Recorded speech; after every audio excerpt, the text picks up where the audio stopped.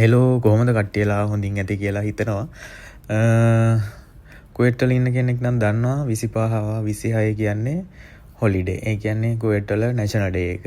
ඉතින් ඒකට පොඩි ඩෙකරේෂන් හැමතැනම දාලා තියෙනවා. කුවේට් කොඩි දාලා තියෙනවා. පොඩි දන්නේ නැද්ද? ඉතින් පොඩි ඩෙකරේෂන් දාලා තියෙනවා.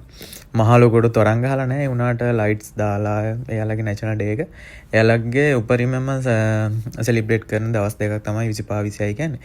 ඉතින් අද නයිට් ඔෆ් වෙලා මා යාළුවයි හොස්පිටල් එකේ ඇතුලෙන් කාර් පාක් එකට යන්න හිතුවා. ඒ යන ගමන් ගත්ත පොඩි වීඩියෝ එකක් තමයි මම ඔයාලට පෙන්නන්න හදන්නේ. මේ 25 26 නිවාඩු දවසක් නිවාඩු දවස් දෙකක් මේ. එහෙනම් හොස්පිටල් එකේ වැඩි කට්ටිය නෑ. අපි දෙන්න මේ 7යි කාලට විතර තමයි ඔෆ් වුනේ. ඔෆ් වෙලා මේ හොස්පිටල් එක ඇතුලෙන් කාර් පාක් එකට පොඩි පාරක් තියෙනවා මේ රේඩියෝලොජි ඩිපාර්ට්මන්ට් එක පැත්තෙන්. ඉතින් ඒ පැත්තෙන් තමයි අපි දෙන්න යන්නේ.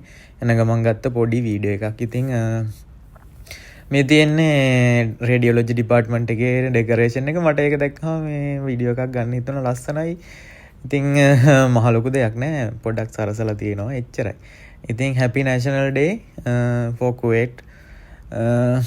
Thank you very much being a part of my life. හරි. එහෙනම් තව වීඩියෝ එකකින් මම ඊළඟට හම්බෙන්නම්. කුවේට් වල ඉන්න හැමෝටම හොඳ වීකෙන්ඩ් එකක්. happy national day එකක්. වැඩියෙන් ඩිනර් ලැබෙන සතුටුදායක වීකෙන්ඩ් එකක්. දවස් 4ක් විතර සෙට් වෙනවා වීකෙන්ඩ් එක. ඉතින් තව වීඩියෝ එකකින් හම්බෙන්න.